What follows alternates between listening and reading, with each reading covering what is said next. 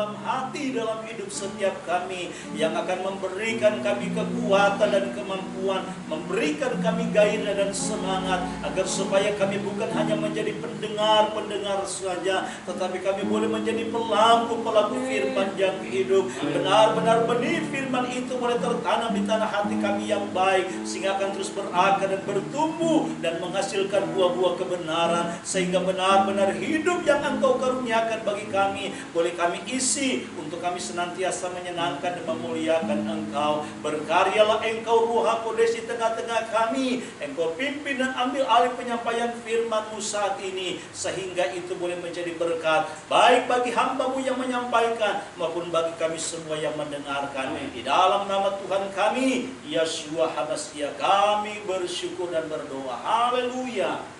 Amin. Puji Tuhan, sahabat Shalom.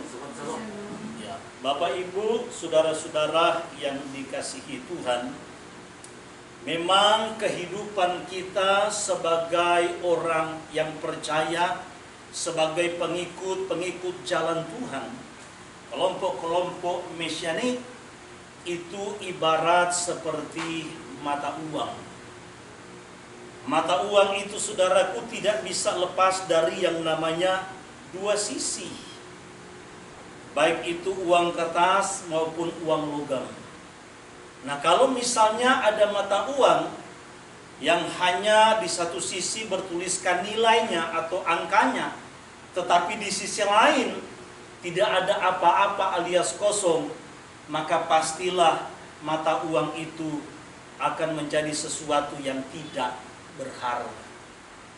Jadi sekali lagi saudaraku yang dikasihi Tuhan, makanya jangan heran dalam perumpamaan tentang dinar yang hilang yang dicari oleh Tuhan Yeshua itu tidak lain adalah menggambarkan kehidupan umat yang percaya kepada Dia. Dinar itu, saudaraku, pasti terdiri dari dua sisi. Tidak mungkin, saudaraku, hanya satu sisi yang bertuliskan satu nilai atau angka dan sisi lain tidak ada apa-apa. Maka pasti itu nggak akan ada harganya. Maka dinar itu dicari karena dinar itu menjadi sesuatu yang berharga. Mata uang itu akan menjadi sesuatu yang berharga, sangat berharga, kalau itu terdiri dari yang namanya dua sisi. Maka saudaraku yang dikasihi Tuhan, jangan heran di dalam kitab Yakub pasal yang kedua ayatnya yang ke-26, firman Tuhan katakan bahwa tubuh tanpa roh itu adalah mati. Demikianlah iman tanpa perbuatan itu juga adalah mati. Itulah yang saya maksud, yang saya sampaikan, kehidupan umat yang percaya ibarat seperti mata uang yang harus terdiri dari dua sisi. Nggak bisa penekanannya hanya satu sisi. Hanya cukup iman kepada Yeshua HaMashiach yang adalah Yahweh penyelamat yang hidup. Lalu kemudian kehidupan kita sehari-hari, perbuatan kita tidak menunjukkan bahwa kita hidup sesuai dengan isi hati atau apa yang diinginkan, yang dimaui oleh Tuhan. Tidak hidup mengikuti, melakukan apa yang diperintahkan oleh Tuhan. Ini bertentangan. Ibarat seperti mata uang yang satu sisi ada tulisan atau gambar nilai, tetapi di sisi lain tidak ada apa-apa. Atau mungkin sebaliknya, mungkin penekanan kepada sisi yang lain dari segi perbuatan. Mungkin perbuatan kita baik di mata manusia. Kasih kita nggak perlu diragukan lagi. Di dalam kita menolong orang, membantu orang dalam kesusahan, dan yang lain-lain itu baik. Dan begitu banyak sekali contoh tokoh-tokoh yang melakukan kebaikan yang cukup dikenal. Bukan hanya sekedar di Indonesia, bahkan sampai di seluruh dunia.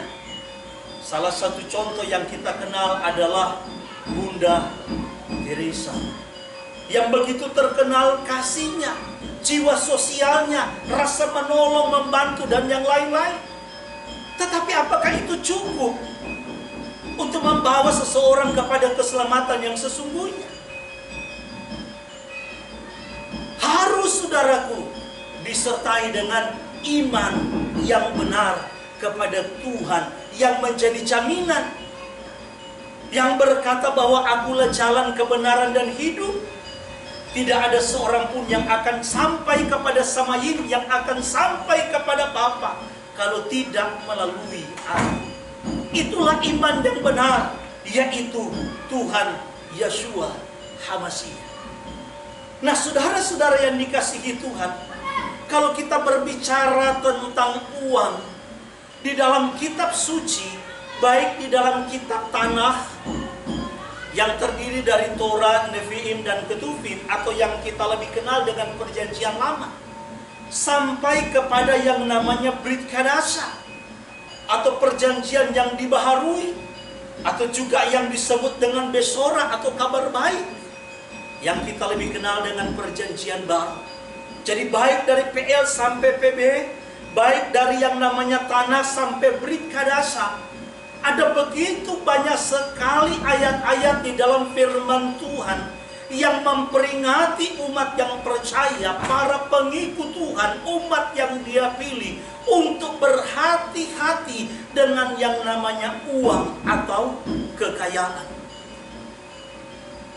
Bahkan Yeshua sendiri pun memperingati di dalam firman Tuhan, di dalam kitab suci, umat yang percaya, para pengikut-pengikut Dia, untuk berwaspada dengan yang namanya uang atau kekayaan.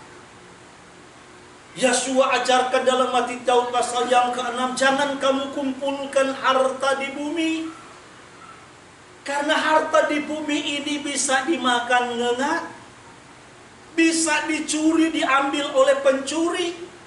Tetapi kalau kamu mau kumpulkan harta, kumpulkanlah harta di surga. Yeshua menegaskan sekali lagi bahwa di mana hartamu berada, maka di situ juga hatimu berada. Yeshua memperingati dengan sangat tegas dan keras agar supaya para pengikut Dia, umat yang percaya kepada Dia, berhati-hati dengan yang namanya uang atau kekayaan. Sehingga Yeshua bilang, lebih mudah katanya seekor unta atau seutas tali, seutas tambang masuk ke dalam lubang jarum daripada seorang kaya masuk dalam kerajaan surga. Lebih tegas lagi Yeshua katakan, kamu tidak bisa mengabdi kepada dua tuan. Kamu tidak bisa mengabdi kepada dua tuan, yaitu kepada Tuhan Sang Pencipta langit dan bumi yang mengaruniakan manusia kekayaan itu sendiri. Dan kamu juga di satu sisi mengabdi kepada Mamon. Karena tidak mungkin kamu bisa menyenangkan dua-duanya. Ini menjadi perhatian yang penting bagi setiap kita. Rabi Yakob, saudara, dalam Yakob pasal yang kelima, kalau saudara baca dari ayat 1, memperingati umat yang percaya, umat Israel yang di diaspora, yang sudah terima Sang Mesias Yeshua sebagai juru selamat, memberikan satu peringatan yang sangat tegas, yang sangat keras terhadap yang namanya orang kaya. Bahkan Rabi Saul sendiri memperingati umat yang percaya melalui anak rohaninya, anak didiknya yang bernama Timoteus. Kalau kita baca dalam 1 Timoteus tadi pasal yang ke-6 ayat yang ke-9 sampai yang ke-10, Saul katakan kepada Timoteus, kamu harus memperingati yang namanya jemaat kehilat, umat yang percaya, para pengikut Yeshua, agar supaya mereka tidak menggantungkan harapannya kepada uang, kepada mamon, kepada kekayaan, kepada hal-hal dunia, tetapi harus menggantungkan harapan hanya kepada Tuhan Yeshua HaMashiach. Maka Saul ingatkan kepada Timoteus, ingatkan mereka bahwa akar segala kejahatan tidak lain adalah karena cinta uang. Karena memburu uang lah, karena memburu harta dunia lah, banyak orang yang akan jatuh ke dalam dosa. Surat yang dimaksud tidak ditujukan kepada mereka yang di luar komunitas orang yang percaya tentunya. Tetapi peringatan yang dimaksud oleh Saul disuruh ingatkan oleh Timotius itu kepada orang yang sudah percaya supaya mereka tidak jatuh ke dalam berbagai macam nafsu, termasuk keinginan untuk menjadi yang namanya kaya. Yang jadi pertanyaan, ada apa sebenarnya dengan yang namanya uang? Ada apa sebenarnya dengan yang namanya mamon itu sendiri atau mungkin kekayaan? Apakah salah? Tentu tidak salah. Apalagi dosa. Uang itu, saudaraku, tidak salah. Kita memiliki kekayaan tidak salah, apalagi dosa. Tetapi mari kita perhatikan baik-baik apa yang diajarkan, yang diinginkan oleh Tuhan melalui firman-Nya. Ada satu cerita, ada seorang 4 sekawan. Kawan baik. Satu saat mereka sama-sama pergi berburu di hutan. Waktu mereka berburu di hutan, seseorang melihat ada satu kantong hitam yang mencurigakan. Orang pertama ini bilang, waduh, jangan-jangan itu barang berharga. Jangan-jangan itu barang berharga. Tapi sambil libat, penasaran saudaraku, mulai lewat yang namanya kantong tadi yang dianggap berharga. Orang yang kedua bilang, iya ya, jangan-jangan itu berisi uang. Tapi sambil jalan, orang yang ketiga bilang sama orang yang keempat, coba mendingan kamu yang pergi lihat. Akhirnya saudaraku, orang yang keempat pergi. Waktu dia pergi melihat isi kantong itu, ternyata benar. Isinya semuanya uang, sudah. Waktu ketahuan isinya semuanya uang, saudara, orang yang keempat ini merasa dia yang lebih berhak karena dia yang menemukan. Tapi orang yang pertama nggak terima, karena orang pertama berpikir dialah yang memberikan signal terlebih dahulu. Dialah yang punya firasat bahwa jangan-jangan itu sesuatu yang berharga. Tapi orang kedua juga yang nggak mau terima. Orang kedua bilang, kan benar. Saya kan tadi bilang bahwa jangan-jangan itu uang saya lah yang lebih berhak. Sementara orang yang ketiga berpikir, kalau nggak ada saya, kalau nggak saya yang suruh orang yang keempat tadi, nggak mungkin uang itu bisa diketemukan. Sementara orang yang keempat berpikir, kan saya yang pergi, saya yang lebih punya hak. Karena empat-empat merasa bahwa mereka punya hak, bahkan lebih berhak atas penemuan itu, atas uang itu. Akhirnya saudara, keempat orang ini berantem. Sampai akhirnya putus, rusaklah hubungan persahabatan. Hubungan persahabatan itu rusak gara-gara temuan uang tadi. Berapa banyak kalau kita melihat jujur keluarga rumah tangga, kita nggak berbicara tentang orang-orang di luar sana, bahkan keluarga yang mengaku sebagai umat Tuhan. Berapa banyak rumah tangga yang akhirnya berujung kepada perpisahan, berujung kepada perceraian.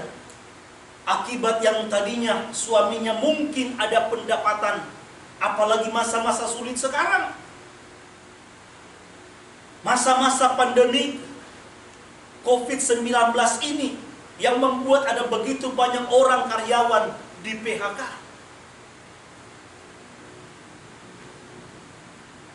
Kalau keluarga ini tidak tertanam di dalam kebenaran, suami dan istri tidak tertanam di dalam kebenaran, maka pasti akan menimbulkan pertikaian, percecokan, dan ujung-ujungnya bisa mengarah kepada perpisahan atau perceraian. Berapa banyak keluarga yang bercerai, yang berpisah gara-gara yang namanya penghasilan, pendapatan, income, pemasukan, yang ujung-ujungnya pasti berkaitan dengan uang. Ada berapa banyak gereja yang pecah belah juga gara-garanya tidak lain adalah uang, gara-gara persembahan. Nah, saudara-saudaraku yang dikasihi Tuhan, saya ulangi lagi kalimat saya yang awal, ada apa dengan uang? Apakah uang itu salah? Apakah uang itu sumber malapetaka? Apakah uang itu memang pengaruhnya begitu luar biasa? Bukankah sebenarnya uang itu tidak ada apa-apanya? Emang uang itu ada hantunya di dalam, saudara? Emang uang itu ada setannya di dalam, ada jinnya di dalam? Kan tidak. Bukankah uang itu, saudaraku, hanya benda mati? Tetapi kenapa gara-gara uang persahabatan bisa rusak? Kenapa gara-gara uang mitra dalam pelayanan bisa hancur? Gereja bisa terpecah belah. Bahkan gara-gara uang rumah tangga pun bisa hancur. Jadi inti masalahnya sebenarnya kalau kita baca tadi yang disampaikan dalam parasa 1 Timotius pasal yang ke-6, tolong ulangi lagi dari ayat yang ke-9 dan ayat yang ke-10.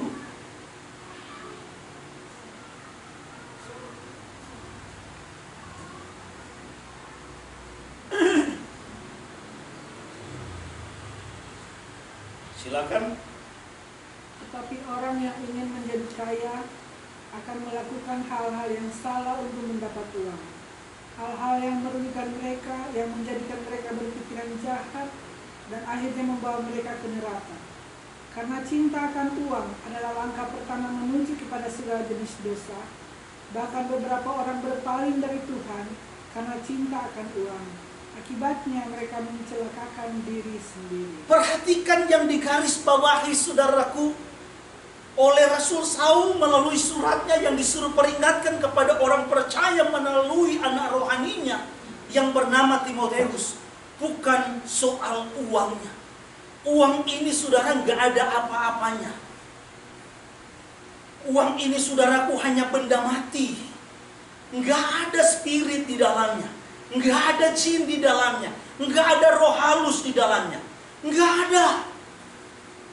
Yang membuat manusia jatuh ke dalam dosa, yang membuat manusia itu melenceng, itu bukan karena uang, tetapi karena sikap hati. Makanya penekanan firman Tuhan itu karena cinta akan uang. Sikap hati kita lah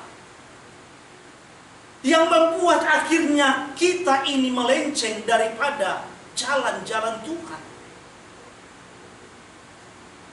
Maka kalau saya mau katakan hari ini kepada kita, uang itu akan menjadi hamba yang sangat baik. Uang itu akan menjadi hamba yang sangat baik bagi saudara dan saya yang akan menolong kita.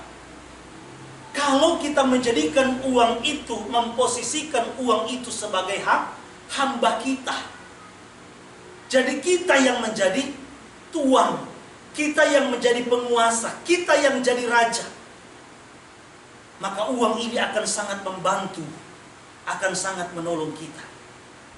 Tetapi uang itu juga bisa menjadi tuan yang sangat kejam. Dia bisa menjadi raja yang sangat kejam.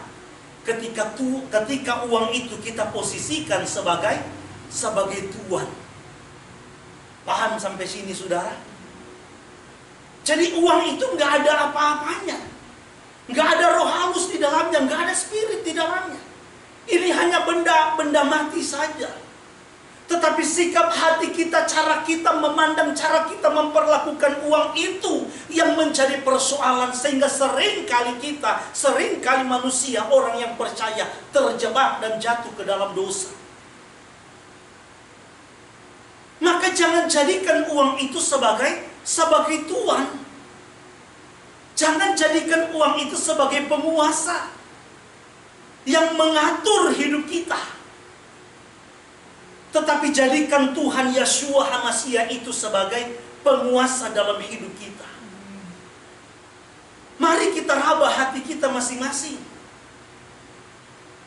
Saudara, ada begitu banyak orang yang berpikir bahwa kalau saya punya banyak uang, maka pasti hidup saya tenang. Banyak orang berpikir bahwa dengan saya banyak uang, maka pasti segala sesuatu akan aman. Semua akan terkendali. Memang kalau kita mau jujur, uang itu bisa menjadi sumber kekhawatiran di dalam diri kita. Kita harus akui itu. Bahwa uang seringkali menjadi sekali lagi sumber kekhawatiran di dalam diri kita.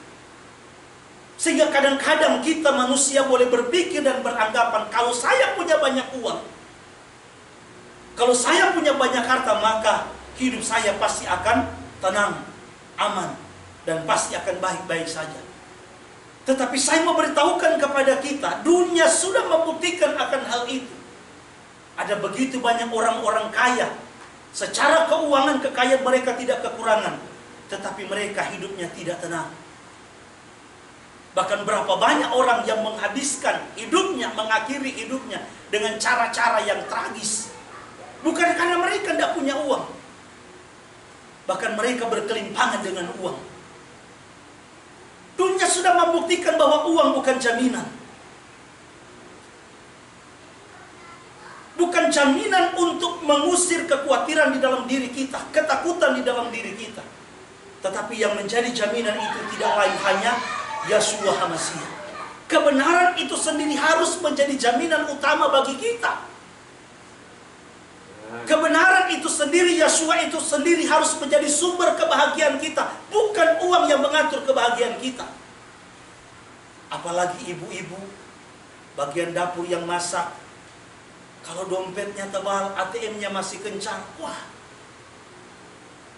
sambil masak itu dengan senyum-senyum, tertawa, pancaran kemuliaan itu kelihatan. Tapi coba saudara kalau dompetnya kempas-kempos, senyum aja susah.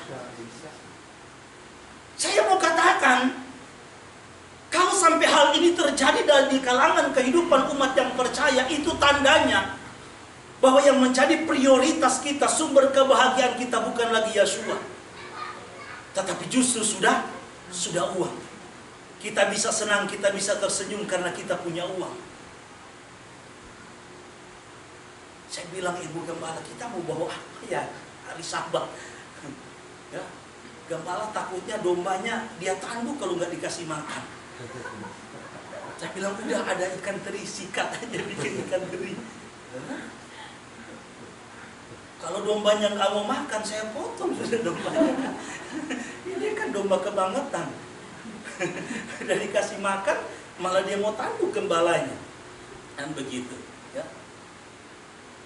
Jadi sekali lagi sumber kebahagiaan kita itu adalah Tuhan Yeshua, kebenaran, bukan uang. Jadi kalau kita bahagia, kita senang, kita sukacita karena ada uang. Sementara kalau nggak ada uang, kita nggak ada sukacita, nggak ada jauh yang namanya kebahagiaan. Maka hati-hati, jangan-jangan uang sudah mulai mengambil alih tempatnya Tuhan. Hati-hati, jangan-jangan uang kita sudah tempatkan bukan lagi sebagai hamba, bukan lagi kita yang mengatur uang, tetapi justru sudah uang yang mengatur, yang mengendalikan kehidupan saudara dan saya, mengendalikan hati dan pikiran saudara dan saya. Dan itu yang bahaya. Makanya Yeshua katakan, kamu tidak bisa mengabdi kepada yang namanya dua tuan. Artinya ketika uang ini kita sudah samakan, setarakan posisinya dengan Tuhan. Dia sudah menjadi Tuhan. Maka itu sudah sama dengan penyembahan berhala. Itu sudah sama dengan kita menduakan Tuhan. Konsep penyembahan berhala kita sekarang di era Mesianik ini dengan orang Israel sejak mereka keluar dari Misraim sampai menuju tanah Kanaan beda, saudara. Orang Israel yang namanya menyembah berhala itu berarti mereka sujud penyembah kepada sesuatu di luar daripada Yahweh Elohim. Jadi bukan Yahweh Elohimnya yang mereka tinggalkan. Kalau mereka sujud kepada yang lain, itu sudah mereka menyembah berhala. Apa kepada Molok, apa kepada Dagon, ya, kepada dewa Baal dan yang lain-lain. Ketika mereka memberikan penghormatan, sama penghormatannya kepada Elohim Yahweh, dan mereka berikan itu kepada Molok, kepada Dagon, kepada Baal dan lain-lain, maka mereka sudah menyembah kepada berhala. Nah, kalau kita era Mesianik sekarang itu, saudaraku, bukan terpaku hanya kepada itu. Memang itu penyembahan berhala. Tetapi ketika hati kita ini berpaut kepada yang lain, maka jangan heran Yeshua bilang, barang siapa mengasihi saudaranya lebih daripada aku, dia tidak layak menjadi muridku. Barang siapa tidak melepaskan dirinya dari apa yang menjadi miliknya, kepunyaannya, dia tidak layak menjadi muridku. Artinya Tuhan Yeshua inginkan dia satu-satunya yang menjadi prioritas, yang menjadi utama di dalam hidup ini. Nah, ketika ada sesuatu yang mengambil alih posisi Tuhan, itu sudah sama dengan penyembahan berhala. Apakah itu hobi kita? Apakah itu keluarga kita? Bahkan termasuk harta dan kekayaan kita. Itu sudah dikategorikan sama dengan penyembahan berhala. Berarti kita sudah menduakan Tuhan. Dan Tuhan tidak mau dia diduakan. Nah, ketika posisi mamon ini, uang atau kekayaan ini, itu menjadi sandaran, menjadi pengharapan kita, sumber sukacita, sumber kebahagiaan kita, maka berarti kita sudah memposisikan itu sama dengan Tuhan. Dan Tuhan tidak mau hal itu terjadi. Itu sangat menyakiti hati Tuhan.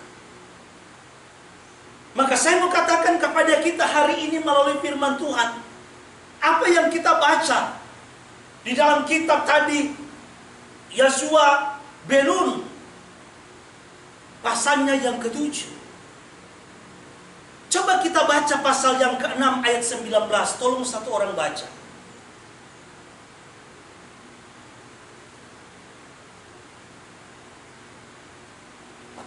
Segala emas dan perak serta barang-barang tembaga dan besi adalah kudus bagi Yahweh.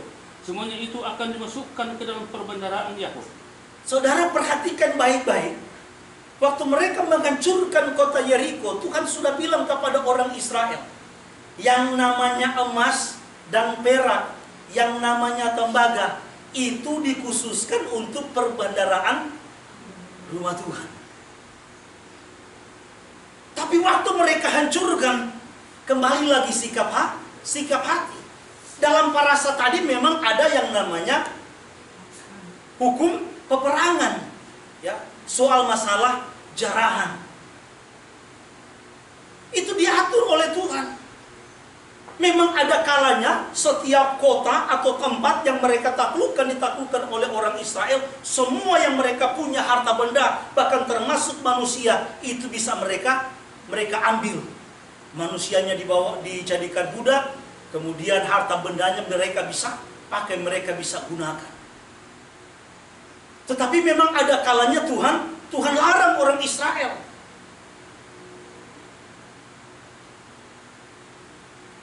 Seperti peristiwa misalnya Saul ketika menaklukkan yang namanya Amalek. Tuhan bilang semua tumpas, nggak boleh ada yang sisa. Jadi kembali lagi saudaraku, ini persoalan sikap hati. Ketika saudaraku waktu mereka menaklukkan yang namanya Yeriko, wah akan lihat, waduh, ini kok menggiurkan banget. Peraknya, emasnya sama jubah-jubah yang indah. Akhirnya pun iman daripada Akan ini luntur juga. Akhirnya tergerogoti. Kenapa? Karena sikap hati. Tidak mau sandarkan hidupnya kepada Tuhan. Tidak mau melihat bahwa Tuhan yang disembah itu Tuhan yang terlalu sanggup dan mampu menyediakan bahkan lebih daripada apa yang mereka inginkan. Sehingga dia tergiur, dia simpan diam-diam. Akhirnya waktu mau coba taklukkan Ai, mereka mengalami kekalahan yang cukup fatal. Yang sebenarnya perhitungan manusia nggak usah banyak-banyak, 2000-3000 aja udah hancur mereka. Tapi akhirnya orang Israel tunggang langgang. Mereka takluk. Kenapa bisa terjadi? Karena ada dosa Hagar. Hatinya saudara mulai berbelok ketika dia melihat ada sesuatu yang indah. Sama peristiwa ketika Naaman mempersembahkan sesuatu kepada Elisa waktu dia kena penyakit kusta.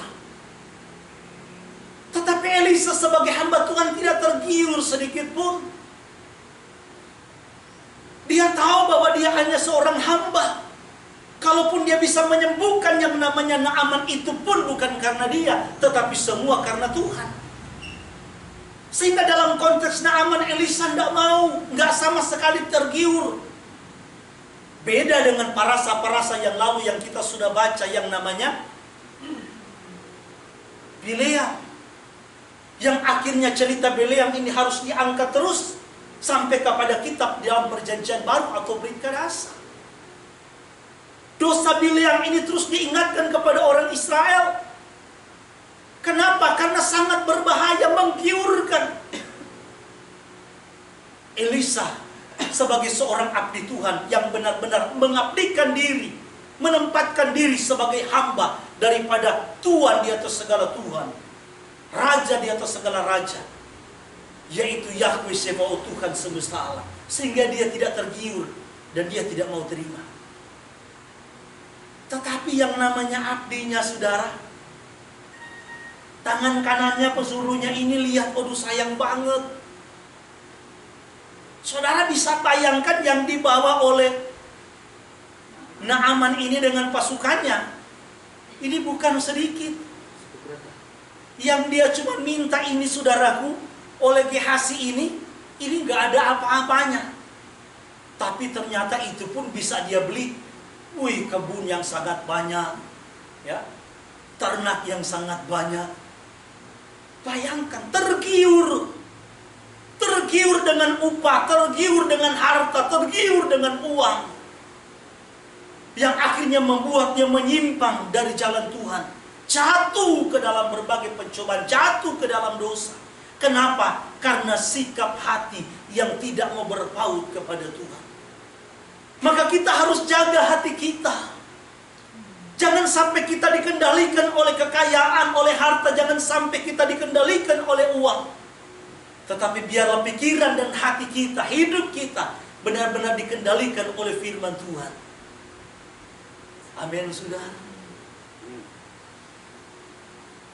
Nah, saudara-saudara, saya mau katakan kepada kita bahwa uang itu adalah sarana untuk kita mencapai yang namanya suatu tujuan. Uang itu hanya alat untuk kita mencapai satu tujuan. Misalnya untuk kita datang ke tempat ini, kita memang membutuhkan uang.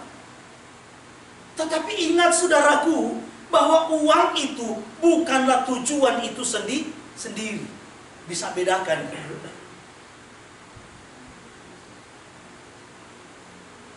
Saudara bisa tanggap? Jadi uang itu adalah sarana untuk kita mencapai tujuan, tetapi bukan tujuan itu sendiri. Makanya saya pernah baca, ada biasanya di WA atau di medsos suka ada dikirimkan, ada satu tulisan yang cukup bagus. Uang bisa membeli obat, tetapi uang tidak bisa membeli kesehatan. Uang bisa membeli buku, membeli komputer dan lain-lain, tetapi uang tidak bisa membeli kepintaran, kepandaian. Uang bisa membeli rumah yang mewah, membeli mobil yang mewah, tempat tidur yang besar, tetapi uang tidak bisa membeli kebahagiaan. Kenapa? Karena uang itu memang hanya sarana, bukan tujuan itu sendiri. Maka hati-hati saudara, jangan sampai tanpa kita sadari, kita sebagai pengikut jalan Tuhan Yeshua, pengikut jalan Sang Mesias, tanpa kita sadar ternyata kita bukan lagi posisi sebagai hamba Tuhan, tetapi menjadi hamba uang. Bukan lagi Tuhan yang mengatur, yang mengendalikan diri kita, tetapi sudah uang yang mengendalikan hati dan pikiran kita. Hati-hati saudara. Ada begitu banyak contoh. Yang paling sederhana, yang paling simpel. Kalau kita ada doa, kalau kita ada ibadah termasuk hari Sabat seperti ini. Jadi pertanyaan yang harusnya jemaat atau kehilah penuai, tanyakan pada hatimu sendiri, tanyakan pada dirimu sendiri. Bagaimana engkau meresponi yang namanya hari Sabat? Dengan tidak adanya ibadah-ibadah perkumpulan, mungkin kumpul secara besar-besaran atau banyak, hanya kelompok per kelompok, tanyakan pada hatimu. Apakah engkau memiliki rasa takut ketika engkau tidak beribadah di hari Sabat? Atau jangan-jangan engkau tetap merasa nyaman dan aman? Apalagi engkau menggunakan hari Sabat itu, daripada nggak ibadah lebih baik saya cari duit, bisnis. Hati-hati sudah. Tanpa kita sadari, ingat kita bukan lagi sebagai hamba Tuhan yang melayani Tuhan, yang berusaha menyenangkan hati Tuhan, tetapi kita bisa menjadi hamba uang. Pikiran dan hati kita mulai dikendalikan oleh uang. Ciri-ciri yang namanya hamba uang itu, saudaraku, uang itu selalu menjadi hal yang utama. Uang itu selalu menjadi hal yang prioritas. Segala sesuatu akan diukur dengan uang. Segala sesuatu akan dihubungkan dengan yang namanya uang. Ini hati-hati. Melayani Tuhan selalu dihubungkan dengan uang. Kalau nggak ada uang, kalau nggak ada amplop, waduh, ntar dulu. Segala sesuatu akan diukur dengan yang namanya uang, fasilitas dan yang lain-lain. Ini merupakan tanda ciri khas bahwa orang itu, oknum itu, pribadi itu sudah mulai diseret, diserongkan dari yang tadinya melayani Tuhan, dari tadinya hamba Tuhan, mulai menjadi yang namanya hamba uang. Nggak mau pergi melayani kalau udah nggak ada uang transport. Boro-boro menerima. Ini malah saya yang harus berkorban. Saya yang harus memberi.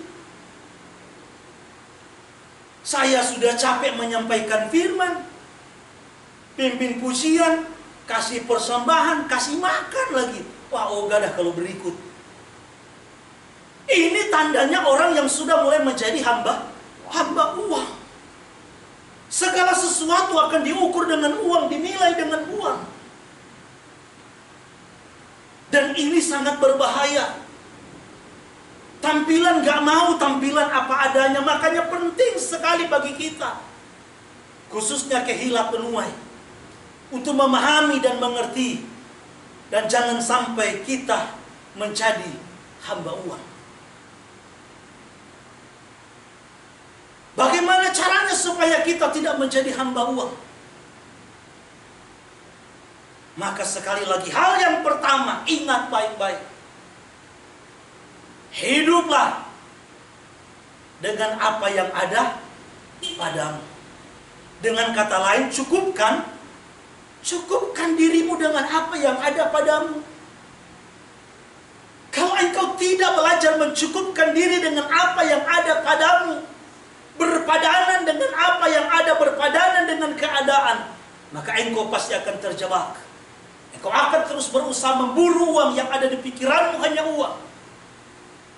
Kenapa? Karena merasa tidak cukup. Dalam kitab Ibrani pasal 13 ayat yang kelima, tolong satu orang baca. Janganlah kamu menjadi hamba uang, dan cukupkanlah dirimu dengan apa yang ada padamu. Karena Elohim telah berfirman, aku sekali-sekali tidak akan membiarkan engkau, dan aku sekali-sekali tidak akan meninggalkan engkau. Amin, saudara. Hiduplah dengan rasa cukup. Kalau kita tidak memiliki perasaan cukup ini di dalam hati, dalam hidup kita, apalagi dalam situasi pandemik seperti ini, maka ini sangat berbahaya, sangat rentan. Iblis bisa memanfaatkan situasi ini, keadaan ini, untuk menyerongkan hati, perasaan, bahkan iman saudara dan saya. Sehingga perintah Tuhan kita abaikan, sabat kita abaikan, kita lebih memikirkan hal-hal dunia. Kita akan pergunakan hari Sabtu pun, hari Sabat itu sebagai upaya untuk kita bisa mendapat pemasukan. Ini berbahaya, saudara. Sangat berbahaya. Apa yang ada pada kita, itulah yang akan kita nikmati. Amin. Harus hidup kita dipenuhi dengan rasa cukup. Kalau hari ini kita masih dapat makan beras, dapat dari bansos, ya, yang walaupun baunya kurang menyenangkan, belajar nikmati. Belajar. Toh juga lama-lama terbiasa. Kami udah terbiasa, saudara. Loh, lama-lama terbiasa. Saudara perhatikan, kalau misalnya di kereta, di tempat keramaian, orang yang bau badan, bau keringat, nggak sadar kalau keringatnya bau, loh, saudara. Kenapa? Karena dia sudah terbiasa dengan baunya sendiri. Loh, dia nggak sadar, dia nggak rasa, padahal orang di sebelah udah mau pingsan. Karena dia udah terbiasa dengan bau itu. Gitu. Nah, begitu juga dengan kita. Kalau kita biasa mencukupkan diri dengan apa yang ada, nggak neko-neko, nggak terlalu banyak menuntut, maka apapun yang kita nikmati hari ini, itu yang kita syukuri. Amin, saudara. Itu yang akan kita syukuri. Sehingga benar-benar kita akan menjalani hidup ini dengan penuh kenikmatan, penuh dengan sukacita. Kita nikmat bukan karena kita banyak uang. Kita sukacita bahagia bukan karena semua ada, tetapi karena Tuhan yang memberikan jaminan bagi kita. Dia tidak pernah meninggalkan saudara dan saya. Itu janji Dia. Makanya ketika pemungut cukai dan prajurit bertanya kepada Yohanes Pembaptis, apa yang harus kami lakukan supaya kami memperoleh hidup yang kekal? Dalam Lukas pasal yang ke-3 ayat 24 dan seterusnya, kalau saudara baca. Apa yang harus kami lakukan, guru, supaya kami memperoleh hidup yang kekal? Yohanes Pembaptis bilang kepada pemungut cukai, jangan menagih lebih daripada apa yang harus engkau tagih. Jangan memeras. Karena memang pemungut cukai paling suka peras. Makanya Sakai itu, ketika Tuhan datang di rumah dia, dia bilang, seandainya ada orang yang aku peras sepanjang hidup selama aku bertugas jadi kepala pajak, aku siap menggantikannya berkali lipat. Memang pemungut cukai itu disamakan oleh orang Yahudi dengan orang berdosa. Orang berdosa itu seringkali, saudaraku, disamakan dengan pemungut cukai. Itu udah beti-beti 11-12. Jadi yang namanya profesi pemungut cukai itu dianggap oleh orang Yahudi itu udah profesi yang paling berdosa. Satu, karena dia kaki tangan daripada Roma. Kedua, karena cara-cara yang mereka gunakan. Tapi apa yang Yohanan bilang? Jangan menagih lebih daripada apa yang harus engkau tagih. Jangan memeras. Prajurit-prajurit bilang, kalau kami bagaimana guru? Cukupkan dirimu dengan gajimu. Cukupkan dirimu dengan gajimu. Hidup itu sederhana, saudara. Yang penting kita ini memiliki hati, memiliki perasaan yang kita tanamkan dalam pikiran kita. Bahwa kita mau berpadanan dengan apa yang ada. Miliki rasa cukup itu.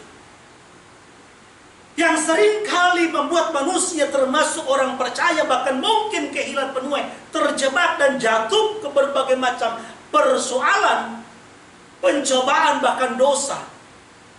Bukan karena soal kebutuhan, tetapi karena keinginan. Kalau kita mau bikin list, bikin waiting list. Kalau kita mau bikin daftar, saudara, kebutuhan yang kita butuhkan apa sih? Yang pertama paling kesehatan. Yang kedua adalah makanan, minuman, itu udah pasti. Yang ketiga apa? Tempat tinggal. Yang keempat apa? Pakaian. Yang kelima mungkin pendidikan atau anak-anak kita. Kalau kita mungkin pekerjaan. Itu sudah sebenarnya. Cukup itu menjadi kebutuhan prioritas kita. Persoalannya kita manusia seringkali menambah listnya.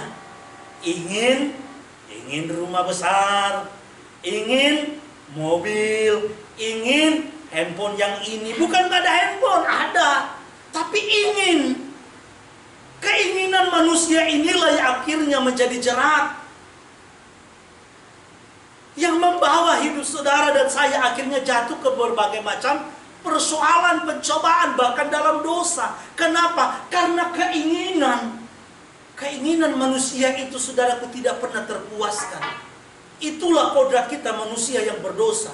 Maka kenapa Yeshua datang ke dunia ini? Supaya membawa hidup saudara dan saya, menggantikan manusia kita yang berkodrat dosa kepada manusia yang berkodrat ilahi.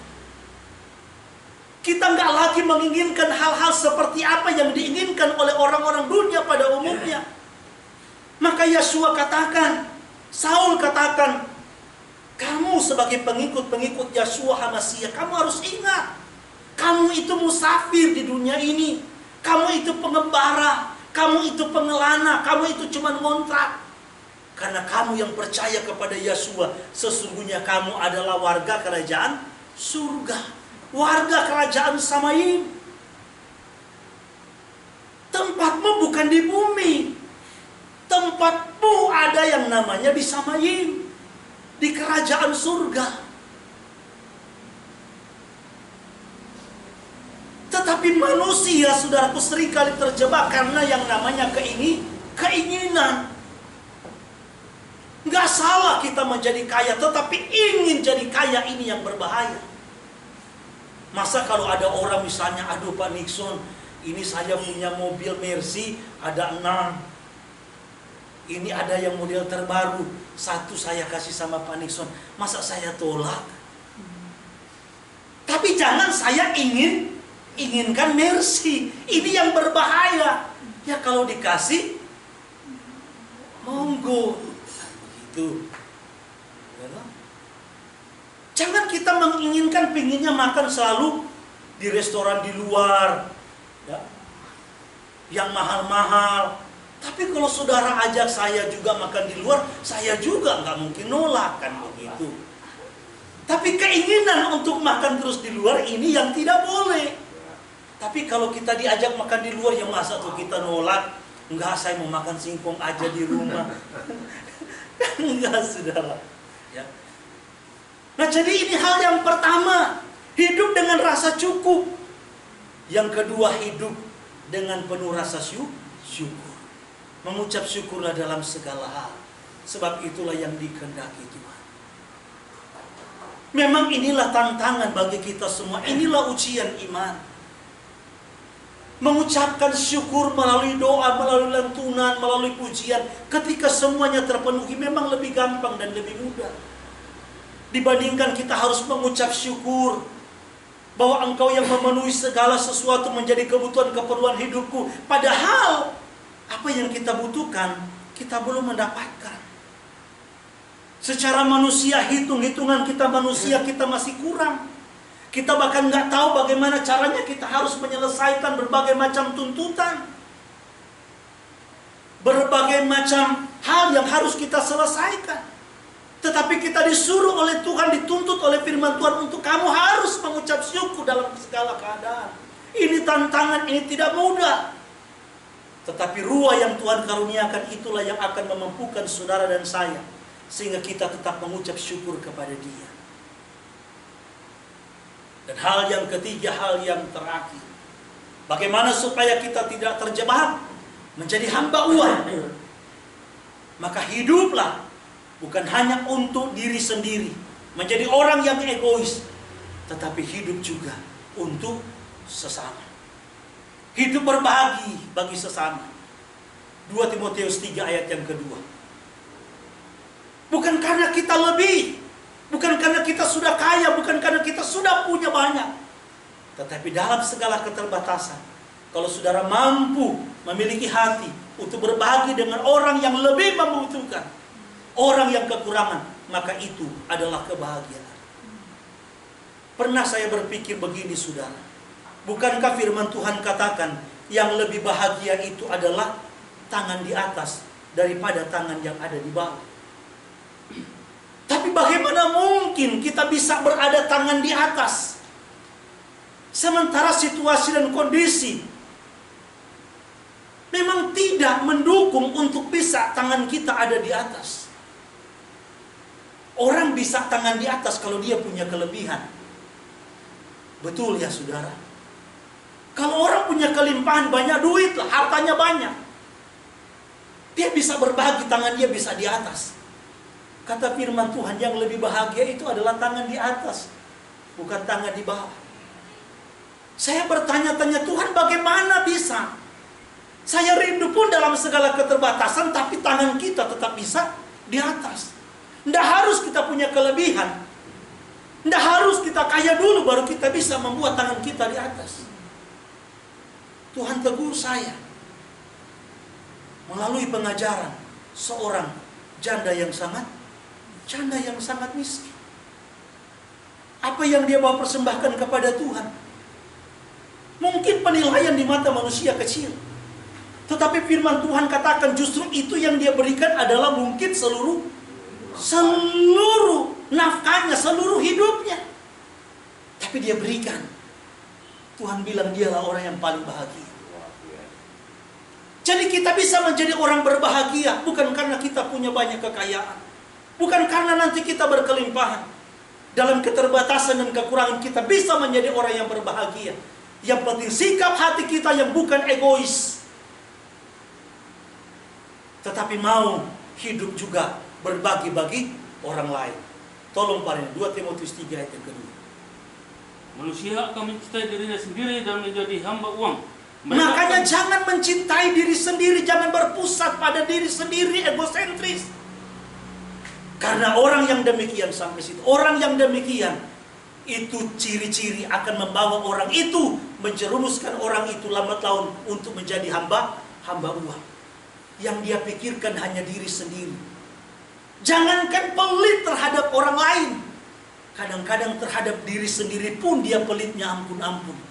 Makan tiap hari Indomie karena jatah dari bansos banyak. Gak mau dia beli ayam di luar, ikan kalen tiap hari. Bagaimana dia akan memberi kepada yang lain? Terhadap diri sendiri saja dia pelit. Loh, kita saudaraku pernah melayani orang Ambon. Kita melayani orang Ambon, saudara. Ya, saudara bisa bayangkan, itu dia makan boleh bilang tahu tempe. Tahu tempe setiap hari. Kalau dia sakit, saudara, Dia nggak mau pergi dokter yang mahal, rumah sakit yang mahal. Dia pergi di dokter kampung, kebetulan dekat. Dia bilang ini kualitasnya sama, kata dokter. Hanya ini yang murahan.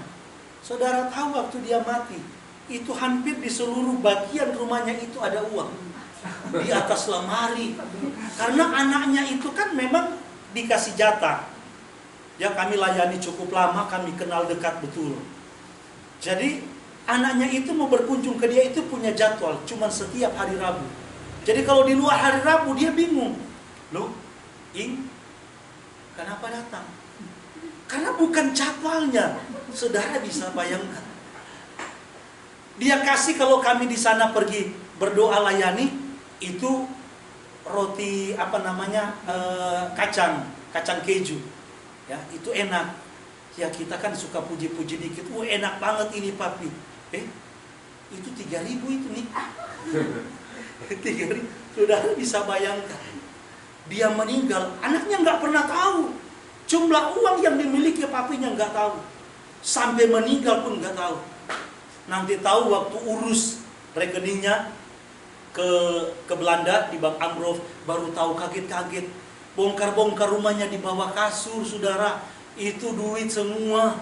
Di lemari duit semua, untung nggak dimakan. Itu saudara rayap. Coba.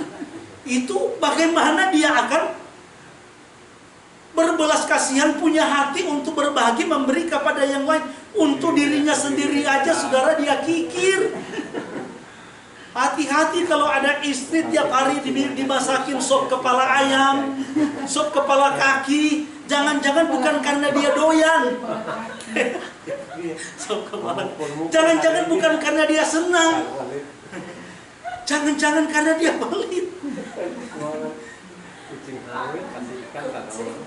Nah, jadi sekali lagi saudaraku, ini penting bagi kita. Ya.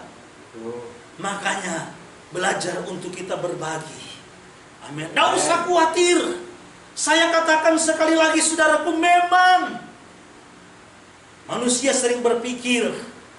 Saya mau tekankan ini, manusia sering berpikir dengan kita banyak uang hidup kita akan tenang. Karena uang seringkali menjadi sumber kekhawatiran. Tapi yang memberikan jaminan bagi kita, ketenangan hidup kita, kebahagiaan, sukacita dalam hidup kita, bukan karena kita punya banyak uang, tetapi karena ada Yeshua, karena ada kebenaran di dalam diri kita. Dialah yang menjadi jaminan satu-satunya. Makanya dia katakan, jangan kamu takut dan khawatir. Firman Tuhan katakan, orang yang menahan dengan susah payah, dia tetap hidup dalam kekurangan. Tetapi orang yang begitu enjoy, menghamburkan uang dengan leluasa, bukan foya-foya loh saudara. Ya, bukan foya-foya. Menghamburkan hartanya secara luar biasa dengan sukarela. Artinya nggak pelit, nggak hitung-hitungan. Tetapi hidupnya diberikan selalu kelimpahan, diberikan selalu kelimpahan. Jangan kita menjadi orang pelit. Mungkin saya masih kekurangan, karena justru mungkin karena saya masih pelit. Pelit sama istri mungkin, pelit sama anak-anak, pelit sama diri sendiri. Tapi hari ini kita mau belajar berbagi bagi orang lain. Hidup untuk menjadi berkat bagi yang lain. Kita diberkati supaya kita menjadi berkat bagi orang lain. Tuhan memberkati kita semua. Kiranya firman Tuhan siang hari ini boleh menjadi berkat bagi kita semua.